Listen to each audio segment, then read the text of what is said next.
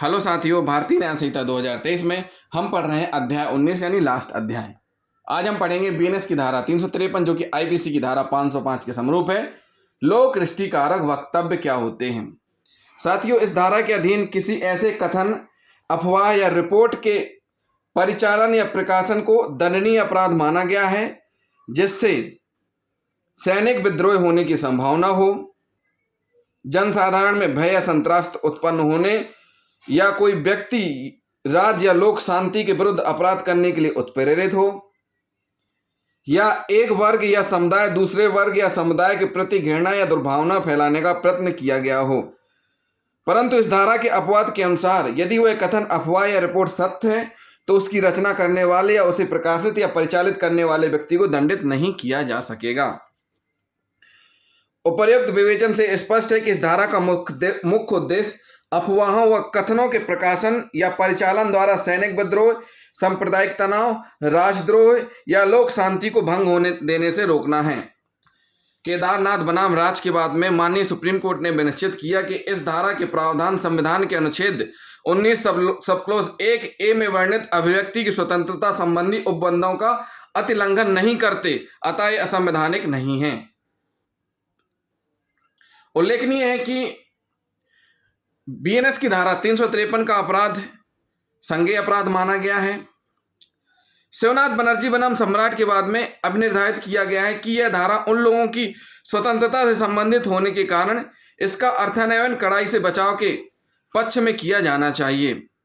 बिलाल अहमद कालू बनाम आंध्र प्रदेश राज्य के बाद में अपीलार्थी अभियुक्त पर यह आरोप था कि उसने हैदराबाद में मुस्लिम युवकों में सांप्रदायिक घृणा फैलाई। उसने मुसलमानों के बीच यह प्रचार किया कि कश्मीर में मुसलमानों पर भारतीय सैनिकों द्वारा अत्याचार किया जा रहा है। उसे विचारण न्यायालय द्वारा दंडित किया गया। सिद्ध दोष होने पर सजा दी गई इस धारा के अंतर्गत। परंतु इस निर्णय के विरुद्ध अपील में सुप्रीम कोर्ट द्वारा विनिश्चित किया गया कि आईपीसी की धारा 153A तथा आईपीसी की धारा 505 के अपराध का सामान्य लक्षण विभिन्न धार्मिक अथवा मूल वंशीय या भाषाई या प्रादेशिक समूहों या जातियों एवं समुदाय के बीच शत्रुता, घृणा अथवा दुर्भावना फैलाना है। किसी अन्य समुदाय अथवा समूह के संदर्भ के बिना मात्र किसी एक समुदाय अथवा समूह की भावनाओं को उकसाना इन दोनों धाराओं में से किसी भी धारा के अधीन अपराध नहीं होता है। अतः सुप्रीम कोर्ट द्वारा अपीलार्थी को दंड संहिता की धारा 153A तथा 505 के अधीन दोष सिद्धि तथा दंडादेश को अपात्र कर दिया। अमीश देवगन बनाम भारत संघ के बाद में टीवी एंकर तथा पत्रकार अमीश देवगन ने दिनांक 15 जून 2020 को प्रसारित टीवी डिबेट आर पार में मुस्लिम संत पीर मोहम्मदीन चिश्ती को आक्रांतक चिश्तिया तथा लुटेरा संबोधित किया था, जिसके विरुद्ध 7 पिटिशनरों जिसमें दरगाह शरीफ, अजमेर, मकबरा, कोटा, मोहरपुरा, तलेगांव, इतवारी, महाराष्ट्र आदि शामिल थे, द्वारा अभियुक्त के विरुद्ध भारतीय दंड संहिता की धारा 124A, 153A तथा 153B 505 के अपराधों के लिए अभियोजित किए जाने की मांग की गई थी। जबलपुर में दायर इस याचिका को जिला मजिस्ट्रेट द्वारा गौतम बुद्ध नगर नोएडा न्यायालय को हस्तांतरित करते हुए न्यायालय ने अभियुक्त के विरुद्ध प्राथमिकी FIR दर्ज किए जाने के आदेश दिए थे। इसके विरुद्ध अभियुक्त ने प्राथमिकी खारिज किए जाने तथा उसे उचित पुलिस संरक्षण दिए जाने हेतु उच्चतम न्यायालय में आवेदन दायर किया, क्योंकि उसे जान का खतरा था। न्यायालय ने विनिश्चित किया कि इस प्रकार में दंड संहिता की धारा 505 सबक्लोज 2 में उल्लिखित सिद्धांतों के आधार पर अभियुक्त के विरुद्ध दायर की गई FIR का विचारण किया जाए तथा FIR खारिज करने का कोई औचित्य प्रतीत नहीं होता है। यह तथापि अभियुक्त की जान के खतरे को देखते हुए उसे उचित संरक्षण दिलाया जाए। इसी प्रकार विनोद दुआ बनाम दिल्ली के बाद में पत्रकार अभियुक्त के विरुद्ध दिल्ली में हुए 2020 के दंगों के संदर्भ में प्रसारित सूचना को समुदाय में घृणा और गलतफहमी फैलाने के आरोप में दंड संहिता की धारा 153A, 502 सबक्लोज 1, 2 तथा 290 के अधीन आरोप पत्र दायर किया गया, जिसे न्यायालय ने अन्वेषण कार्रवाई पूरी होने तक स्थगित रखने हेतु आदेश दिया। धारा 505 की उपधारा 1 का अपराध असंज्ञेय जबकि उपधारा 2 एवं 3 का अपराध संज्ञेय माना गया था। यह अपराध जमानती असमनीय है। इसके विचारण की अधिकारता प्रथम श्रेणी न्यायिक मजिस्ट्रेट को है। साथियों, इस धारा का मुख्य उद्देश्य यह है कि अफवाहों या कथनों के प्रकाशन जिससे कि सांप्रदायिक भावना, एक दूसरे के प्रति घृणा की भावना, राजद्रोह या सांप्रदायिक तनाव, सैनिक विद्रोह, लोक शांति भंग होने की स्थिति बने, इस प्रकार के अफवाह से या ऐसी स्थिति बनी हुई तो उसको दंडित किया जाएगा जो कोई इस प्रकार की अफवाह फैलाएगा। दंड का प्रावधान क्या है ये भी हम जान लेते हैं। देखिए साथियों, इसमें जो स्पष्ट किया गया है 353A, 353 का 1 जो है उसमें स्पष्ट किया गया है, इसके ABC 3 भाग हैं। जो कोई किसी कथन, मिथ्या जानकारी, जनश्रुति रिपोर्ट से, जो कोई किसी कथन, मिथ्या जानकारी, जनश्रुति या रिपोर्ट को, देखिए कोई कथन हो, कोई झूठी जानकारी हो या जनश्रुति कोई बात हो, इस आशय से जिससे संभव हो कि भारत की सेना, नौसेना, वायुसेना का कोई अधिकारी, सैनिक, नाविक या वायु सैनिक विद्रोह करे, मतलब कोई कथन या मिथ्या जानकारी इस प्रकार से फैलाएगा जिससे कि भारत का सैनिक, नौसेना का हो, वायुसेना का हो, अधिकारी हो, सैनिक हो, नाविक हो, वायु सैनिक हो, विद्रोह करे, अन्यथा वह अपने उस नाते अपने कर्तव्य की अवहेलना करे या उसके पालन में असफल रहे, जो उसका कर्तव्य हो उसकी अवहेलना करे। तो इस प्रकार का जो कोई कृत्य करेगा, ऐसी अफवाह फैलाएगा जिससे सैनिकों में इस प्रकार की स्थिति निर्मित होगी। नंबर B क्या कहता है कि कोई कथन, जो कोई भी, चाहे महिला हो चाहे पुरुष हो, कथन या मिथ्या जानकारी फैलाएगा किस आशय से, जिससे यह संभाव हो, जिससे यह संभावना हो कि लोक या लोक के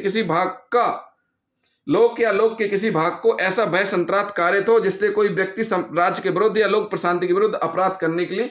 उत्प्रेरित हो, यानी सांप्रदायिक स्थिति बन जाए, लोग एक दूसरे के विरुद्ध हो जाए, तो ऐसी स्थिति उत्पन्न करने के लिए भी दंडित किया जाएगा। C क्या कहता है, इस आशय से जिससे यह संभव हो कि उससे व्यक्तियों का वर्ग, समुदाय या दूसरे वर्ग समुदाय के विरुद्ध अपराध के लिए उद्दीप्त हो, मतलब दो वर्गों के बीच, दो धर्मों के बीच, दो समुदायों के बीच इस प्रकार की मिथ्या कथन और अफवाह फैला दी जाए जिससे उनके बीच आपसी लड़ाई झगड़ा की स्थिति उत्पन्न होने लगे। तो इस प्रकार से जो कोई क्या करेगा, रचेगा, कथन या मिथ्या जानकारी रचेगा, प्रकाशित करेगा, परिचालित करेगा, चाहे वह इलेक्ट्रॉनिक माध्यम से हो, प्रकाशन हो या परिचालन हो, चाहे इलेक्ट्रॉनिक माध्यम से हो, चाहे न्यूज़पेपर के माध्यम से हो या किसी भी माध्यम से जो फैला रहा है, उसको दंडित किया जाएगा, जिसमें 3 वर्ष तक का कारावास, जुर्माना दोनों से दंडित किया जाएगा सिद्ध दोष होने पर। 353 का सब क्लोज 2 क्या कहता है, जो कोई मिथ्या जानकारी, संत्रासकारी समाचार अंतर्विष्ट करने वाली किसी कथन या रिपोर्ट को इस आशय से कि जिससे संभव हो कि विभिन्न धार्मिक, मूल वंशीय, भाषाई या प्रादेशिक समूहों या जातियों या समुदायों के बीच शत्रुता, घृणा, वैमनस्य की भावनाएं धर्म, मूल वंश, जन्म स्थान, निवास स्थान, भाषा, जाति, समुदाय के आधारों पर, अन्य किसी भी आधार पर पैदा या संप्रवर्तित हो, रचेगा, प्रकाशित करेगा, परिचालित करेगा। मतलब ये है कि न्यूज़ पेपर, पत्रिका में इस प्रकार का प्रकाशन करेगा जिससे कि दो समुदायों, दो वर्गों में, दो क्षेत्र के लोगों के बीच में, मूल वंश के रूप में, भाषा के रूप में, जाति के रूप में, स्थान के रूप में, जन्म स्थान के रूप में, मूल वंश के रूप में उनकी स्थिति ऐसी होगी कि एक दूसरे के खिलाफ लड़ाई झगड़ा करने लगेंगे, जिससे घृणा या वैमनस्य की भावनाएं उत्पन्न होने लगेंगी लोगों के बीच। तो इस प्रकार का जो भी प्रकाशन करेगा उसको दंडित किया जाएगा, जिसमें 3 वर्ष तक का कारावास, जुर्माना दोनों से दंडित होगा। थर्ड पार्ट क्या कहता है, जो कोई उपधारा 2 में, यानी 2 बार जो प्रकाशित हो रहा है समाचार पत्र में या किसी प्रकाशन में, विनिर्दिष्ट अपराध किसी पूजा के स्थान में या किसी जमाओं में जो धार्मिक पूजा या धार्मिक कर्म करने में लगा हुआ है, करेगा वह कारावास। इस प्रकार की स्थिति जो धार्मिक कर्म में, पूजा कर्म में लगा हुआ है और उस स्थिति में ऐसी स्थिति बनेगी तो उसको 5 वर्ष तक का कारावास, जुर्माना दोनों से दंडित किया जाएगा। 2 में स्पष्ट कर दिया गया किसी पूजा के स्थान में या किसी जमाओं में जो धार्मिक या पूजा धार्मिक कर्म में लगा हुआ है, करेगा वह कारावास से जो 5 वर्ष तक का होगा दंडित किया जाएगा। साथियों, हमने स्पष्ट कर दिया, इसका मेन उद्देश्य यही है कि जो कोई भी ऐसा इलेक्ट्रॉनिक मीडिया से या प्रकाशन, समाचार पत्रों से प्रकाशन करेगा जिससे सैनिक विद्रोह हो, सांप्रदायिक तनाव हो, भाषा, क्षेत्र, जाति, वर्ग, धर्म के रूप में एक दूसरे में घृणा फैले, लड़ाई झगड़ा हो, राष्ट्रद्रोह हो, लोक शांति भंग हो, ऐसी स्थिति बनेगी तो इस स्थिति को रोकने के लिए यह धारा बनाई गई है जिसमें दंड का प्रावधान किया गया है। तो साथियों, जिन साथियों ने अभी तक हमारा चैनल सब्सक्राइब नहीं किया, हमारे चैनल को जरूर सब्सक्राइब कर लें और वीडियो को लाइक और शेयर करना ना भूलें, साथ ही साथ कमेंट भी करते जाएं। थैंक यू दोस्तों।